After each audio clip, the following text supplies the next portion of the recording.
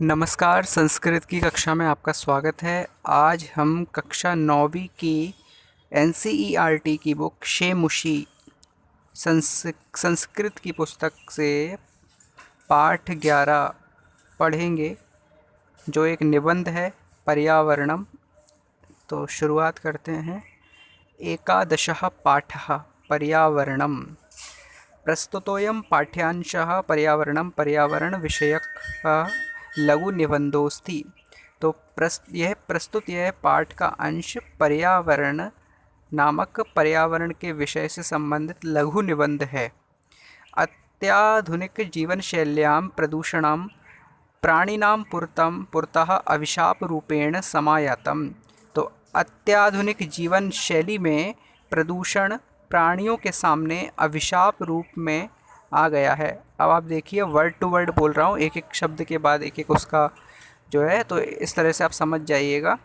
नदीनाम वारी मलिनम संजातम। नदियों का पानी मलिन हो गया है, यानी कि विषैला और या फिर जो है गंदा हो गया है। शनैः शनैः धरा निर्वनम जायमाना अस्ति। धीरे धीरे जो धरती है वो निर्वन यानी वनों से रहित हो गई है। यंत्रेभ्यो निस्सरित वायुना वातावरणम विषाक्तम रुजाकारकम च भवति। निस्सरित वायु से यंत्रेभ्यो निस्सरित वायुना यानी यंत्रों से निकली हुई वायु से, यानी कि विषैली वायु से, विषैली हवा से, वातावरणम विषाक्तम वातावरण विषाक्त हो गया है, और रुजाकारकम यानी रोग बढ़ाने वाला, बीमारियों को करने वाला हो गया है। भवति वृक्षाभावात वृक्षों के अभाव से, प्रदूषण कारणांच प्रदूषण के कारण से, बहूनाम पशु पक्षिणाम जीवनमेव संकटापन्नम दृश्यते। बहुत से पशु पक्षियों का जीवन संकटापन्न दिखाई देता है। वनस्पतीनाम अभावदशायां न केवलं वन्यप्राणिनाम् अपितु अस्माकं समेषामेव जीवनं स्थातुं नैव शक्यते। वनस्पतियों की अभाव की दशा में न केवल वन्य प्राणियों का अपितु हमारे सभी के जीवन का भी स्थातुं नैव शक्यते, स्थायी रहना असंभव है, नहीं सकता, मतलब हमारा जीवन जो है अच्छा नहीं रह सकता। पादपाः अस्मभ्यं न केवलं शुद्धवायु में यच्छन्ति। पेड़ न केवल हमें शुद्ध वायु देते हैं, अपितु ते अस्माकं कृते, बल्कि वे हमारे लिए जीवने उपयोगाय पत्राणि पुष्पाणि फलानि काष्ठानि औषधीन् छाया च वितरन्ति। बल्कि वे हमारे जीवन के उपयोगी चीज़ें जैसे पत्र, पुष्प, फल, लकड़ी, औषधि भी देते हैं और छाया भी देते हैं। अस्माद् हेतोः अस्माकं कर्तव्यम। इसके लिए हमारा कर्तव्य है अस्ति यद वयं रोपणम तेषां संरक्षणम जल शुचिता कारणम ऊर्जाया संरक्षणम उद्यान तडागादीनां शुचितापूर्वकम पर्यावरण संरक्षणार्थम प्रयत्नं कुर्याम। तो क्या करना चाहिए हमें कि वृक्षारोपण करना चाहिए, तेषां संरक्षणम उनका संरक्षण करना चाहिए पेड़ों का, जल शुचिता करणम उनको जल देना चाहिए, ऊर्जाया संरक्षणम ऊर्जा का संरक्षण करना चाहिए, उद्यान तडागादीनाम उद्यानों को और पेड़ों को, तड़ाग यानी तालाबों को शुचितापूर्वक यानी अच्छाई से पर्यावरण संरक्षणार्थम पर्यावरण के संरक्षण के लिए प्रयत्नं कुर्यामः प्रयत्न करना चाहिए, प्रयास करने चाहिए। अनेनैव अस्माकं सर्वेषां जीवनम अनामयम सुखावहंच भविष्यति। इस प्रकार से हम सबका जीवन जो है सुखमय होगा। आगे बढ़ते हैं।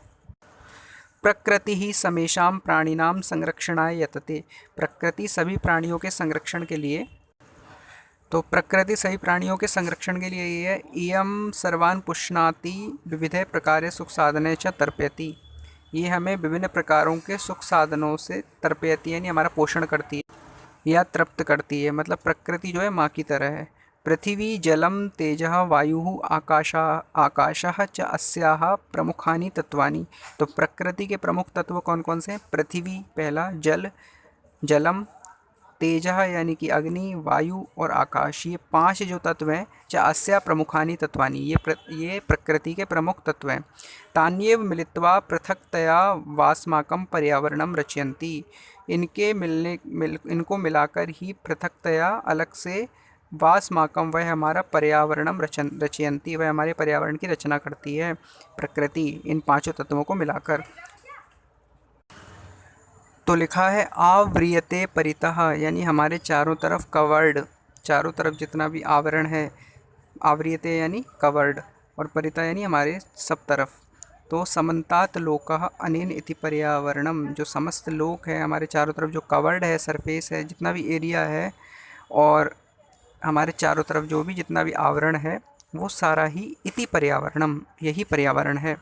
यथा अजात शिशु मातृगर्भे सुरक्षिता तिष्ठति, जिस प्रकार से बिना जन्मा शिशु, अजात यानी जिसने जन्म नहीं लिया है अभी, जो गर्भ में है, तो जिस प्रकार से अजात शिशु मातृगर्भे, जिस प्रकार से अजन्मा बच्चा माता के गर्भ में सुरक्षितः तिष्ठति, सुरक्षित रहता है, तथैव मानवा पर्यावरण कुक्षो, उसी प्रकार से मानव जो है पर्यावरण के गर्भ में रहता है। कुक्षो यानी गर्भ में, पेट में। तो परिष्कृतम प्रदूषण रहितम च पर्यावरणम अस्मभ्यम सांसारिकम जीवन सुखम सद्विचारम सत्य संकल्पम मांगलिक सामग्रीम च प्रददाति। तो परिष्कृत यानी कि शुद्ध, प्रदूषण रहित, प्रदूषण से रहित, च पर्यावरण, पर्यावरण हमें क्या क्या देता है, अस्मभ्यम सांसारिकम जीवन सुखम, हमें सांसारिक जीवन सुख देता है, सद्विचारम अच्छे विचार देता है, सत्य संकल्प, सत्य संकल्प, और मांगलिक सामग्री यानी अच्छी सामग्रियाँ प्रदान करता है, प्रददाति यानी प्रदान करता है। प्रकृति कोपय है आतंकितो जनः किम कर्तुम प्रभवति, प्रकृति के कोप के द्वारा आतंकित लोग क्या कर सकते हैं, ये प्रश्नवाचक है। जल प्लावनय अग्निभय भूकंपय वात्याचक्र उल्कापातादिभ्यश्च संतप्तस्य मानवस्य क्व मंगलम, यानी बताया कि इन लोगों का क्या मंगल, जो प्रकृति के कोप के वशीभूत हो गए उनका तो कुछ मंगल ही नहीं है, इसीलिए प्रकृति को कभी कोप नहीं दिलाना चाहिए। तो क्या लिखा है कि अग्नि के भय से, जल प्लावन से, भूकंप से, वात्य चक्र यानी वायु के चक्र से, उल्कापात आदि से संतप्त मानव का क्या मंगल है, कोई मंगल नहीं है, इसीलिए प्रकृति की सेवा करने से ही मंगल होगा। अतएव अस्माभिः प्रकृति रक्षणीया, इसीलिए हम सबको प्रकृति की रक्षा करनी चाहिए। तेन च पर्यावरणम रक्षितम भविष्यति, उसी से पर्यावरण की रक्षा होगी, उसी से हम सुरक्षित रहेंगे। प्राचीन काले लोकमंगलाशंसिन ऋषयो वने निवसन्ति स्म, प्राचीन काल में लोकमंगलकारी ऋषि वनों में निवास करते थे। यतो ही वने सुरक्षितम पर्यावरण उपलभ्यते स्म, अगर वन जैसे वन सुशोभित रहते थे तभी ये पर्यावरण जो है सुरक्षित पर्यावरण हमें प्राप्त होता था, उस समय सुरक्षित पर्यावरण था। तत्र विविधाः वेहगाः कलकूजी श्रोत्र रसायनम ददति, तो तब वो जो बेहग हैं, पक्षी हैं, वो अपने कलकूजन से कानों को श्रोत्र रूपी, कलकूजी श्रोत्र रूपी रसायन जो है सुंदर रसायन प्रदान करते थे। तो आगे बढ़ते हैं, आगे लिखा है सरितो गिरिर निर्झराश्च अमृत स्वादुम निर्मलम जलम प्रयच्छन्ति, तो सरिताएं, पर्वत और निर्झर, पर्वत से बहते हुए झरने और नदियाँ, सरितो यानी नदियाँ, गिरि निर्झराश्च पर्वतों से बहते हुए झरने, अमृत स्वादु निर्मलम जलम प्रयच्छन्ति, अमृत के समान स्वादिष्ट निर्मल जल प्रदान करते हैं। वृक्षालताश्च फलानि पुष्पाणि ईंधन काष्ठानि च बाहुल्येन समुपहरन्ति, यानी कि वृक्ष और लताएं हमें फल, पुष्प, ईंधन के लिए लकड़ियाँ, जब बाहुल्यन बहुत मात्रा में, समुपहरन्ति उपहारित करती हैं, उपहार देती हैं। इस प्रकार से शीतल मंद सुगंध वन पवना, शीतल मंद और सुगंध पवन औषध कल्पम प्राणवायु वितरन्ति, हमें औषधि के रूप में प्राणवायु देता है, जिससे हमारे प्राण चलते हैं, जीवन चलता है। इस प्रकार से कहा गया है। लेकिन परंतु स्वार्थांधो मानवा, लेकिन स्वार्थ से अंधा मनुष्य तदेव पर्यावरणम अद्य नाशयति, आज पर्यावरण का नाश कर रहा है, फिर भी पर्यावरण का नाश कर रहा है, इतना सब जो है प्रकृति उसको दे रही है फिर भी। तो स्वल्प लाभाय जना बहुमूल्यानि वस्तूनि नाशयन्ति, स्वल्प लाभाय यानी थोड़े से लाभ के लिए जना लोग बहुमूल्यानि वस्तूनि नश्यन्ति, बहुमूल्य वस्तुओं का नाश कर देते हैं। जनाः यंत्रागाराणाम विषाक्तम जलम नद्याम निपातयन्ति, लोग यंत्रों से निकलने वाले, यंत्रागारों से निकलने वाले, कल कारखानों से निकलने वाले विषाक्तम जलम, विषाक्त जल को यानी विषैले जल को नद्याम निपातयन्ति, नदियों में निपात यानी छोड़ देते, वहाँ पर रुख मोड़ देते हैं उनका, जिससे कि नदियाँ जो है विषैली हो जाती हैं। तेन मत्स्यादीनाम जलचराणाम च क्षणेनैव नाशो भवति, उस पानी से क्या होता है, मत्स्य आदियों का, मछली आदि का, जलचराणाम जलचरों का, क्षणेनैव क्षण में ही नाशो भवति नाश हो जाता है। नदी जलमपि तत्सर्वथा पेयम जायते, नदियों का जल भी तत्सर्वथा अपेयम जायते, सभी प्रकार से अपेय हो जाता है, यानी पीने योग्य नहीं रह जाता। मानवाहा व्यापार वर्धनाय वन वृक्षान निर्विवेकम छिंदति, मानव जो है अपने व्यापार को बढ़ाने के लिए वन के वृक्षों का निर्विवेकम, बिना विवेक के, बिना बुद्धि के, छिंदती यानी काट, छिंदंती यानी काट देता है पेड़ों को। मनुष्य की जो है बेवकूफ़ी है। तस्मात् अवृष्टि प्रवर्धते, इससे जो है अवृष्टि प्रवर्धते यानी अवृष्टि वर्धित होती है। अवृष्टि यानी बारिश का ना होना, तो बारिश होने का भी कारण है पेड़ वृक्ष। वन पशवस्य शरण रहिता ग्रामेषु उपद्रवम विदधति, तो वन के पशु शरण रहित होने पर ही फिर गाँव में उपद्रव मचाते हैं। फिर व्यक्ति कहता है कि ये जंगली जानवर हैं, गाँव में उपद्रव मचा रहे हैं, शेर वगैरह लोगों को खा रहे हैं, है ना। तो इस प्रकार से ग्रामों में घुसाए लोग कहते हैं, खबर आती है। तो क्यों होती है ये सब? तो वन पशु तो वन में रहने वाले हैं, लेकिन क्या होता है कि जब जंगल इंसान काटने लगता है तो फिर वो गांव में आके उत्पात मचाते हैं। तो वन पशवश्च शरण रहता, शरण रहित होने पर वन के पशु ग्रामेषु उपद्रवम विदधाति, गाँव में उपद्रव मचाते हैं। आगे लिखा है शुद्ध वायुरपि, शुद्ध वायु भी वृक्ष कर्तनात्, वृक्ष के कारण से संकटापन्न हो जाते, संकटापन्न हो जाती है। तो शुद्ध वायु जो है पेड़ों के काटने से दूषित हो जाती है। एवं भी स्वार्थ अंध मानव, इस प्रकार से स्वार्थ से अंधा मनुष्य विकृतिम उपागता प्रकृति ही एवं सर्वेषां विनाशकर्त्री भवति, तो स्वार्थ से अंधे मानव के कारण ही जो विकृति आई है, उससे जो प्रकृति है सभी प्रकार से विनाशकर्त्री हो गई है। प्रकृतिम उपगते पर्यावरणे विविधा रोगा भीषण समस्याश्च संभवन्ति, तो विकृति आने से ही जो पर्यावरण में है विभिन्न प्रकार के रोग आ गए हैं, भीषण समस्याएं आ गई हैं। आज हम देख सकते हैं हमारे चारों तरफ जो समस्याएं हैं, बीमारियां हैं, कोरोना जैसी बीमारी। तो तत्सर्वमिदानीं चिंतनीयं प्रतिभाति, ये सब हमें चिंता की ओर प्रेषित करती है, हमें चिंता करने के लिए जो है कहती है कि क्यों हुआ ये सब, विचार करें जरा। आगे कहा है धर्मो रक्षति रक्षितः इत्यार्ष वचनम, धर्म की रक्षा करने पर ही धर्म जो है रक्षा करता है, ये आर्ष वचन है। यानी धर्म अगर सुरक्षित रहेगा तो हमारी भी रक्षा करेगा। तो पर्यावरण रक्षणमपि, पर्यावरण रक्षणमपि यानी पर्यावरण का रक्षण भी धर्मस्यैव अंगम इति, यानी धर्म का ही अंग है।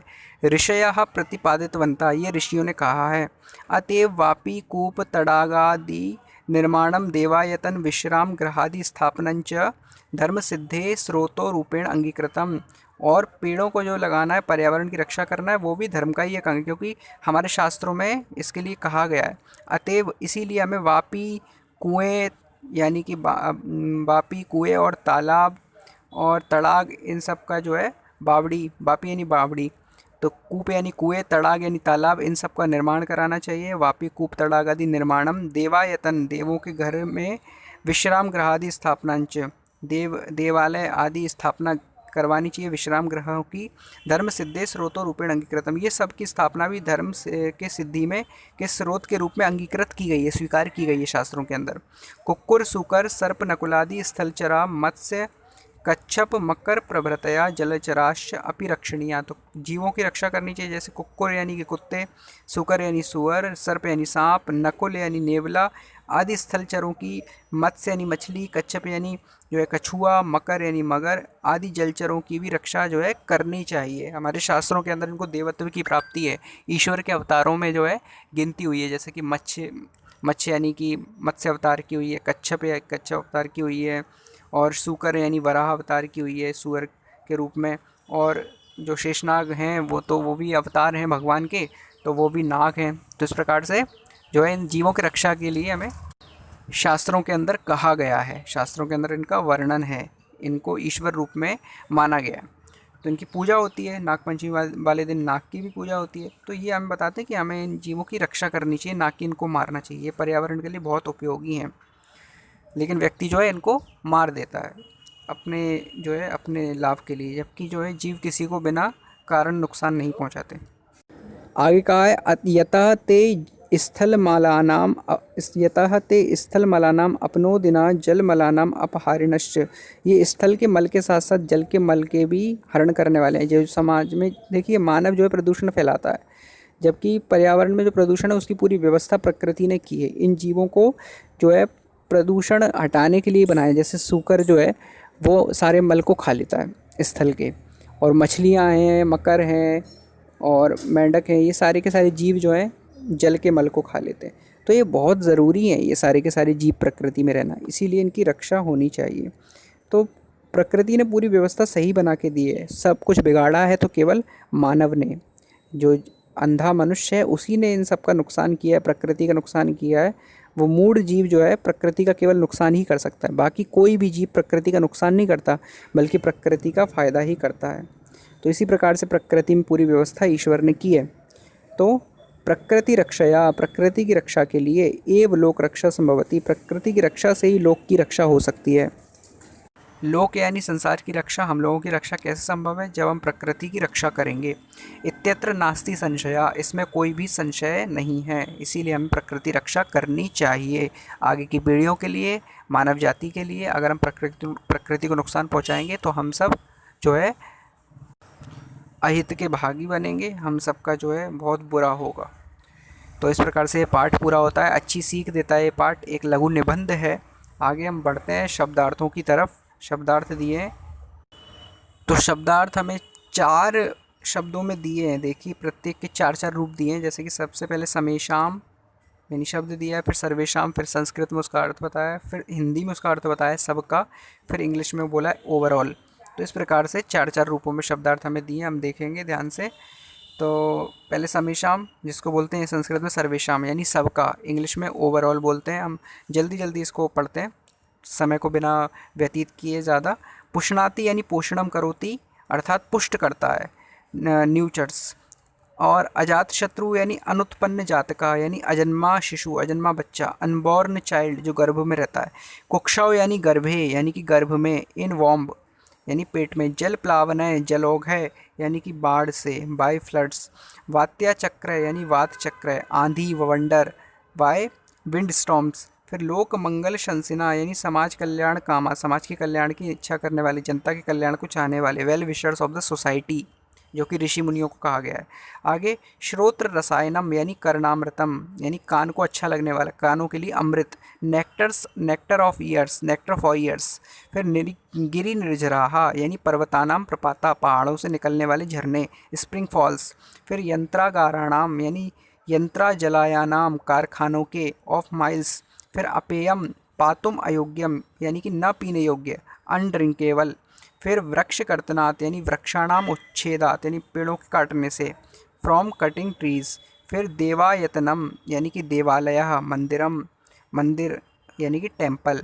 फिर स्थल मलाप नोदिना यानी भूमि मलापसारिणा, भूमि की गंदगी को दूर करने वाले, removers of the garbage from the earth. इसके बाद हम आगे बढ़ते हैं, एक पदेन प्रश्न उत्तर हमारे सामने। एक पदेन प्रश्न उत्तर को जल्दी से देखते हैं। पहला प्रश्न है, मानवा कुत्र सुरक्षिता तिष्ठति, मानव कहाँ पे सुरक्षित रहता है? पर्यावरण कुक्षौ, पर्यावरण के गर्भ में। दूसरा प्रश्न है, सुरक्षितम पर्यावरणम कुत्र उपलभ्यते स्म, सुरक्षित पर्यावरण कहाँ प्राप्त होता है? उत्तर है वने यानी वन में। तीसरा प्रश्न है, आर्षवचनम किमस्ति, आर्षवचन क्या है यानी कि अच्छे वचन कौन से हैं? धर्मो रक्षति रक्षिता, धर्म रक्षा करने पर रक्षा करता है। पर्यावरणमपि कस्य अंगम इति ऋषिया प्रतिपादितवन्तः, पर्यावरण किसका अंग है? ये ऋषियों ने प्रतिपादित किया है धर्मस्य यानी धर्म का। लोक रक्षा कया संभवती, लोक रक्षा किससे संभव है? प्रकृति रक्षया, प्रकृति रक्षा से। अजात शिशु कुत्र सुरक्षिता तिष्ठति, अजन्मा बालक कहाँ पे सुरक्षित रहता है? मातृगर्भे यानी कि माता के गर्भ में। प्रकृति केशाम संरक्षणाय यतते, प्रकृति किसके संरक्षण के लिए लगी हुई है? समेशाम प्राणिना यानी सभी प्राणियों के लिए। आगे बढ़ते हैं, अधोलिखितानाम प्रश्नानाम उत्तराणि संस्कृत भाषया लिखत, अधोलिखित प्रश्नों के उत्तर संस्कृत भाषा में लिखने हैं। तो ये बड़े प्रश्न है, एक पदिन प्रश्न जो एक शब्द में थे ये उनसे बड़े हैं। प्रकृति प्रमुख तत्वानि कानि संति, प्रकृति के प्रमुख तत्व कौन कौन से हैं? उत्तर है प्रकृति प्रमुख तत्वानि संति पृथ्वी जलम तेजः वायु आकाश च। प्रकृति के प्रमुख तत्व हैं जल, पृथ्वी, जल, अग्नि, वायु और आकाश। दूसरा प्रश्न है, स्वार्थांधा मानवा किम करोति, स्वार्थ से अंधे मनुष्य ने क्या किया है, क्या करता है स्वार्थ से अंधा मनुष्य? उत्तर है स्वार्थंधा मानवा पर्यावरणम नाशयति, स्वार्थ से अंधा मनुष्य पर्यावरण का नाश करता है। तीसरा प्रश्न है, पर्यावरणे विकृते जाते किम भवति, पर्यावरण में विकृति आने से क्या होता है? तो पर्यावरणे विकृते जाते विविधा रोगा भीषण समस्याश्च जायन्ते, पर्यावरण में विकृति आने से विभिन्न प्रकार के रोग आते हैं, भीषण समस्याएं आती हैं, जैसे कि भूकंप, बाढ़ इत्यादि। आगे अस्माभिः पर्यावरणस्य रक्षा कथं करणीया, हमें भी पर्यावरण की रक्षा कैसे करनी चाहिए। उत्तर है अस्माभिः वृक्षान् स्थलचरान् जलचरान् च रक्षित्वा पर्यावरणस्य रक्षा करणीया, हमें भी वृक्षों की, स्थलचरों की, जलचरों की रक्षित्वा रक्षा करके पर्यावरणस्य रक्षा करनी है, पर्यावरण की रक्षा करनी चाहिए। पांचवा प्रश्न है लोक रक्षा कथम संभवती, लोक रक्षा कैसे संभव है। उत्तर है लोक रक्षा प्रकृति रक्षया संभवती, लोक की रक्षा प्रकृति की रक्षा से ही संभव है। छठवां प्रश्न है परिष्कृतम पर्यावरणम अस्मभ्यम किम किम ददाति, परिष्कृत पर्यावरण यानी कि शुद्ध पर्यावरण, साफ पर्यावरण, अस्मभ्यम किम किम ददाति, हमें क्या क्या देता है। उत्तर है परिष्कृतम पर्यावरण अस्मभ्यम, परिष्कृत पर्यावरण हमें शुद्ध वायु देता है, स्वच्छ जलम साफ जल देता है, निरोगम स्वस्थम शरीरम च ददाति, निरोग और स्वस्थ शरीर देता है। तीसरे प्रश्न में दिया है स्थूल पदान्यधिकृत्य प्रश्न निर्माणम कुरुत, तो हमें यहाँ पे जो हमें डार्क कलर में जो वर्ड दिए हैं उनको बदल के हमें इनको प्रश्न बनाना है। पहला है वन वृक्षाः निर्विवेकम छिद्यन्ते, वन वृक्षों को निर्विवेक से काट दिया जाता है। वृक्ष कर्तनात् शुद्ध वायु न प्राप्यते, वृक्षों के काटने से शुद्ध वायु नहीं मिलती। तीसरा है प्रकृति जीवन सुखम प्रददाति, प्रकृति जीवन सुख प्रदान करती है। अजात शिशु मातृ गर्भे सुरक्षिता तिष्ठति, अजन्मा शिशु माता के गर्भ में सुरक्षित रहता है। पर्यावरण रक्षणम धर्मस्य अंगम अस्ति, पर्यावरण का रक्षण धर्म का अंग है। अब देखिए इनको कैसे बदल सकते हैं, डार्क जो वर्ड है डार्क ब्लैक है उनको बदल के कैसे लिखेंगे।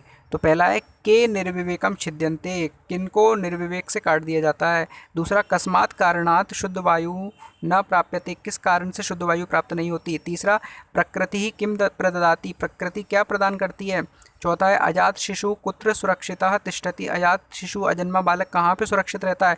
पर्यावरण रक्षणम कस्य अंगम अस्ति, पर्यावरण की रक्षा किसका अंग है। इस प्रकार से शब्दों को बदल के हमने इनको प्रश्न बना दिया है। यही हमें इस प्रश्न में करना था, उत्तर के रूप में प्रश्न बनाने। तो ये उत्तर हैं सारे के सारे, प्रश्न बना दिए इनके। प्रश्न क्रमांक 4 पर आते हैं। तो दिया है उदाहरण अनुसृत्य पद रचनाम कुरुत, उदाहरण को देखकर पद की रचना करनी है। तो जैसे कि दिया है जले चरंती इति, जो जल में चरण करते हैं विचरण करते हैं वो हैं जलचराः, जलचर हैं। तो ऐसे ही उदाहरण से हमें बाकी के भी करने हैं। तो अगला है स्थले चरंती इति, स्थल में विचरण करते हैं, स्थलचराः बोल सकते हैं, थलचराः बोल सकते हैं। आगे दिया है निशायाम चरंती इति, रात में विचरण करते हैं, निशा में विचरण करते हैं, इसको बोल सकते हैं निशाचराः, निशिचराः। फिर व्योमनी चरंती इति, व्योमनी यानी आकाश में विचरण करते हैं, तो व्योमचराः, नवचराः भी बोल सकते हैं और खगाः भी बोल सकते हैं। इसके बाद गिरौ चरंती इति, पर्वत पर विचरण करते हैं, गिरिचराः या पर्वतचराः। फिर भूमौ चरंती इति, भूमि पर विचरण करते हैं, भूचराः, भूमिचराः। अगला खापे दिया है हमें यथा, जिस प्रकार से न पेयमिति, जो पेय नहीं है वो है अपेयम, न वृष्टि इति अवृष्टि, न सुखम इति दुखम या फिर असुखम। अगला है न भावा इति, उत्तर है अभावा। फिर न पूर्णा इति अपूर्णः। आगे दिया है उदाहरणम अनुसृत्य पद निर्माणम कुरुत, उदाहरण को देखकर अनुसरण करके पद का निर्माण कीजिए। तो यथा वी धन क्र धन कितिन, तो कितिन प्रत्यय यहाँ पे, कितिन प्रत्यय में क्या होता है कि ताका और नाका लोप हो जाता है, और काका और ताका लोप हो जाता है, ति ही रह जाता है। तो ति ही सब में जुड़ जाता है, जैसे कि वी धन क्र धन ति, तो विकृति। प्र धन गम धन कितिन, तो गम प्रत्यय में ग बचता है, माँ का लोप होगा, तो प्र ग ति ही।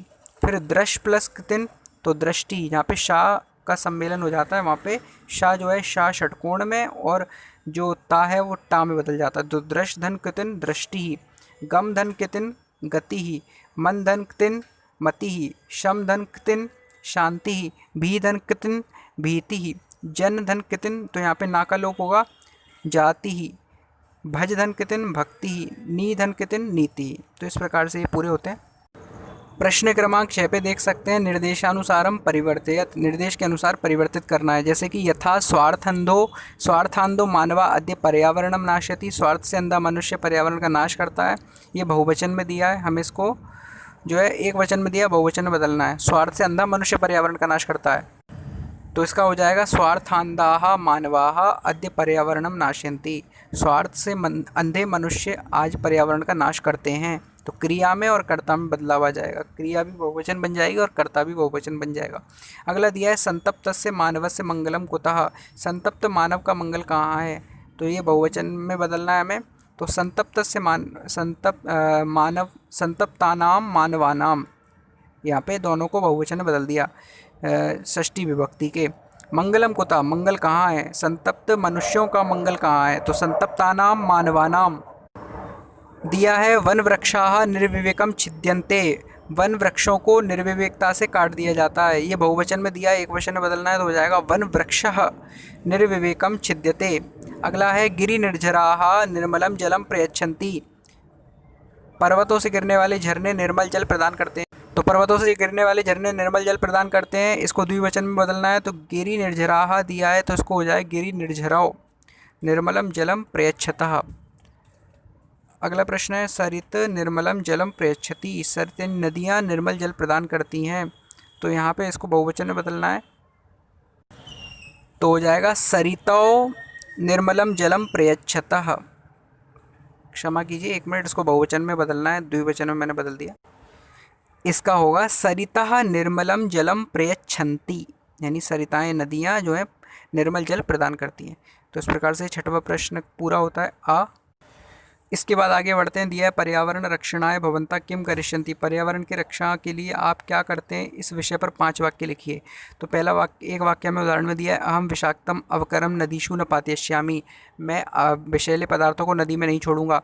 तो आप लिखेंगे अहम वृक्षकर्तनम न करिष्यामि, मैं पेड़ों को नहीं काटूंगा। अहम अधिकाधिकम वृक्षारोपणम करिष्यामि, मैं अधिक से अधिक वृक्षारोपण करूंगा। अहम प्रदूषणम न करिष्यामि, मैं प्रदूषण नहीं करूंगा। अहम प्रतिदिनम वृक्षेभ्यः जलसेचनम करिष्यामि, मैं प्रतिदिन वृक्षों के लिए जल सेचन करूंगा। अहम व्यर्थ जल अपव्ययम न करिष्यामि, मैं व्यर्थ जल का अपव्यय नहीं करूंगा। फिर जो है 7वां प्रश्न पे आते हैं, उदाहरणम अनुसृत्य उपसर्गान पृथक कृत्वा लिखत, उदाहरण को देखकर उपसर्ग को अलग करके लिखना है। तो पहला है प्रभवती, इसमें से प्र अलग कर देंगे, जैसे उदाहरण में संरक्षणाय में से सम को जो है अलग कर दिया, ऐसे हमें उपसर्ग निकाल कर लिखना है। तो प्रभवती का उपसर्ग है प्र। इसके बाद जो है उपलभ्यते में से उपसर्ग है उप, निवसंती में है नी, समुपहरंती में सम, वितरंती में वि, प्रयच्छन्ति में प्र, उपगता में है उप, प्रतिभाति में प्रति। इसके बाद उदाहरणम अनुसृत्य अधोलिखितानाम समस्त पदानाम विग्रहम लिखत, उदाहरण को अनुसरण करके नीचे लिखे हुए पद समस्त पदों का विग्रह करना है। जैसे तेजो वायु, तो इसका है तेजः वायु च, तेज और वायु। गिरि निर्झराः, तो गिरिम गिरयः निर्झराः च। फिर पत्र पुष्पे, तो पत्रम पुष्पम च। फिर लता वृक्षौ, लता वृक्षः च। फिर पशु पक्षी, पशुः पक्षी च। फिर कीट पतंगौ, कीटः पतंगः च। तो हमने इसको शब्दों को मिले हुए थे अलग अलग करके लिख दिया, समस्त पदों को इनका विग्रह कर दिया। इन सब में द्वंद्व समास है। आगे बढ़ते हैं, तो पाठ तो पूरा हो गया। आगे परियोजना कार्यम, परियोजना कार्य दिया है। विद्यालय प्रांगणे स्थितस्य उद्यानस्य वृक्षा पादपाश कथम सुरक्षिताः स्युः तदर्थम प्रयत्नः करणीयः इति सप्तवाक्येषु लिखत। तो विद्यालय के प्रांगण में स्थित उद्यानों की, वृक्षों की, पेड़ों की कैसे सुरक्षा हो सकती है, स्युः तदर्थम, इसके लिए प्रयत्न करनी है, इसके लिए प्रयास करना चाहिए। इस पर सप्तवाक्येषु लिखत, 7 वाक्यों में लिखिए इस बात को कैसे प्रयास किया जाए। आगे अभिभावकस्य शिक्षकस्य व सहयोगेन एकस्य वृक्षस्य आरोपणम करणीयम, अभिभावकों के और शिक्षकों के सहयोग से एक वृक्ष का आरोपण कीजिए, एक पेड़ लगाइए। यदि स्थानम अस्ति, अगर विद्यालय में स्थान है, तरी विद्यालय प्रांगणे, अगर नास्ति नहीं है तो चेत स्वस्मिन् प्रतिवेशे गृहे वा, अपने घर में लगाइए, अपनी जगह पर कोई भी एक जगह चुन लीजिए, वहाँ पे लगाइए। कृतम सर्वम दैनंदिन्या लिखित्वा शिक्षकम दर्शयत, तो इस प्रकार से लिखकर जो है अपनी डायरी में लिखकर शिक्षक को दिखाइए। आगे योग्यता विस्तार है, योग्यता विस्तार दिया है। यह अब इसमें दिया है, यह पाठ पर्यावरण को ध्यान में रखकर लिखा गया एक लघु निबंध है। वर्तमान युग में प्रदूषित वातावरण मानव जीवन के लिए भयंकर अभिशाप बन गया है। नदियों का जल कलुषित हो गया है, वन वृक्षों से रहित हो गए हैं, मिट्टी का कटाव बढ़ने से बाढ़ की समस्याएं बढ़ती जा रही हैं, कल कारखानों और वाहनों के धुएं से वायु विषैली हो रही है, वन्य प्राणियों की जातियां भी नष्ट हो रही हैं। वैज्ञानिकों के अनुसार वृक्षों एवं वनस्पतियों के अभाव में मनुष्यों के लिए जीवित रहना असंभव प्रतीत होता है। पत्र, पुष्प, फल, काष्ठ, छाया एवं औषधि प्रदान करने वाले पेड़ों और वृक्षों की उपयोगिता वर्तमान जीवन में, वर्तमान समय में पूर्वापेक्षा अधिक, पहले की अपेक्षा ज़्यादा बढ़ गई है। तो ये जाए तो बढ़ गया है। तो का हमें का में दिया है निम्नलिखित शब्द युग्मों के भेद देखने योग्य। निम्नलिखित शब्दों युग्मों के भेद देखिए, अंतर देखिए। जैसे संकल्प, इसका सत्य संकल्प यानी अच्छा संकल्प, सत्य संकल्प। आचारा का सदाचार, अच्छा आचरण। जनः यानी लोग, और सज्जना यानी अच्छे लोग। संगति यानी संग, और सत्संगति यानी अच्छी संगति। मति यानी बुद्धि, और सन्मति यानी अच्छी बुद्धि। फिर आर्षवचन, ऋषि के द्वारा कहा गया वचन आर्षवचन कहलाता है। पाठ में आर्षवचन शब्द का प्रयोग किया गया था। फिर पंच तत्व यानी पांच तत्व। तो कौन कौन से पांच तत्व हैं? पृथ्वी, जल, अग्नि, वायु और आकाश। इन पांच तत्वों से ही इस शरीर का निर्माण भी हुआ है। आगे बढ़ते हैं। तो समांतर श्लोक व सूक्तियाँ दी हैं। पर्यावरण से संबंधित निम्न उक्तियाँ हैं। श्लोक पढ़ने योग्य तथा याद करने योग्य। देख सकते हैं हम। हमारी संस्कृति में वृक्षों को वंदनीय कहा गया है, इसलिए वृक्षों को काटना और उखाड़ना वर्जित है, पाप है। जैसे कि कहा है, 10 कूप समावापी, 10 कुओं के समान जो है बावड़ी है। 10 वापी समो हृदा, और 10 बावड़ियों के समान हृदय यानी सरोवर है। 10 हृद समा पुत्रो, और 10 सरोवरों के समान जो है पुत्र है। और 10 पुत्र समोद्रमा, और 10 पुत्रों के समान जो है पेड़ है। इसलिए पेड़ जो है सबसे ज़्यादा इम्पॉर्टेंट है, वृक्ष जो है सबसे ज़्यादा जो है अनमोल है। ये मत्स्य पुराण में कहा गया, मत्स्य पुराणम। आगे, तुलसी का पौधा भारतीय संस्कृति का एक महत्वपूर्ण अंग है, न केवल धार्मिक अपितु चिकित्सा की दृष्टि से भी ये रक्षा करने योग्य है। आयुर्वेद में इसका बहुत महत्व है। ये समझ लीजिए, एक अमृत के समान है ये पौधा, इसीलिए घर के आंगन में इसके रोपण का महत्व है। पुराण और वैदिक ग्रंथों के अनुसार तुलसी का पौधा वायु प्रदूषण को दूर करता है। तुलसी से प्राणवायु ऑक्सीजन मिलती है और वायु का प्रदूषण भी कम होता है, इसलिए घर में तुलसी का वृक्ष लगाने का विधान है, तुलसी का पौधा लगाने का। तो कहा गया है, पद्योत्तर खंडम में कहा गया है, तुलसी कानने चैव ग्रहे यस्यावतिष्ठते तदग्रहम तीर्थमित्याहु नायांति यम किंकरा। जिस तुलसी कानने, तुलसी का कानन जिसके घर में है, तुलसी का वन जिसके घर में है, तो तदग्रहम तीर्थमित्याहु, वह घर नहीं है, तीर्थ के समान है। नायंती यम किंकरा, नायंती यम किंकरा, वहाँ पे यमदूत नहीं आते व्यक्ति को लेने के लिए, भगवान के दूत आते हैं, यानी उसको नरक में नहीं जाना पड़ता। तुलसी गंधमादाय यत्र गच्छति मारुता दिशो दश पुनत्याशु भूत ग्रामाश्चतुर्विधान। तो क्या कहा गया कि तुलसी की गंध हवा से जिस दिशा में जाती है, तो वहाँ की दशों दिशाएं जो हैं पुनात्याशु पवित्र हो जाती हैं, और चारों प्रकार से। अब तुलसी के रस को भी देखिए क्या कहा गया है, तुलसी का रस तीव्र ज्वर को नष्ट करता है। तेज़ बुखार है, उसमें तुलसी का रस फायदेमंद है। तो लिखा गया है, पीतो मरीचि चूर्णेन तुलसी पत्र जो रसः द्रोण पुष्प रसोप्येवम निहंति विषमम ज्वरम। शारंगधर ग्रंथ में कहा है कि तुलसी पीतो मरीचि चूर्णेन, तुलसी पत्र जो रस, तुलसी के पत्र के बारे में कहा गया है। तो द्रोण पुष्प तो तुलसी के रस को जो है ज्वर दूर करने वाला कहा है। आगे वृक्षारोपण के महत्व को बताते हुए कहा है, तारयेद वृक्षरोपी तो तस्माद वृक्षान प्ररोपयेत तस्य पुत्रा भवन्त्येव पादपा नात्र संशया। जो पेड़ होते हैं सब प्रकार से पुत्र होते हैं, वो पेड़ नहीं अपितु पुत्र ही होते हैं, सब प्रकार से मंगल करते हैं, इसीलिए पेड़ों को जो है लगाना चाहिए, उनका रक्षण करना चाहिए। इस प्रकार से ये पाठ पूरा होता है। धन्यवाद। नमस्कार। संस्कृत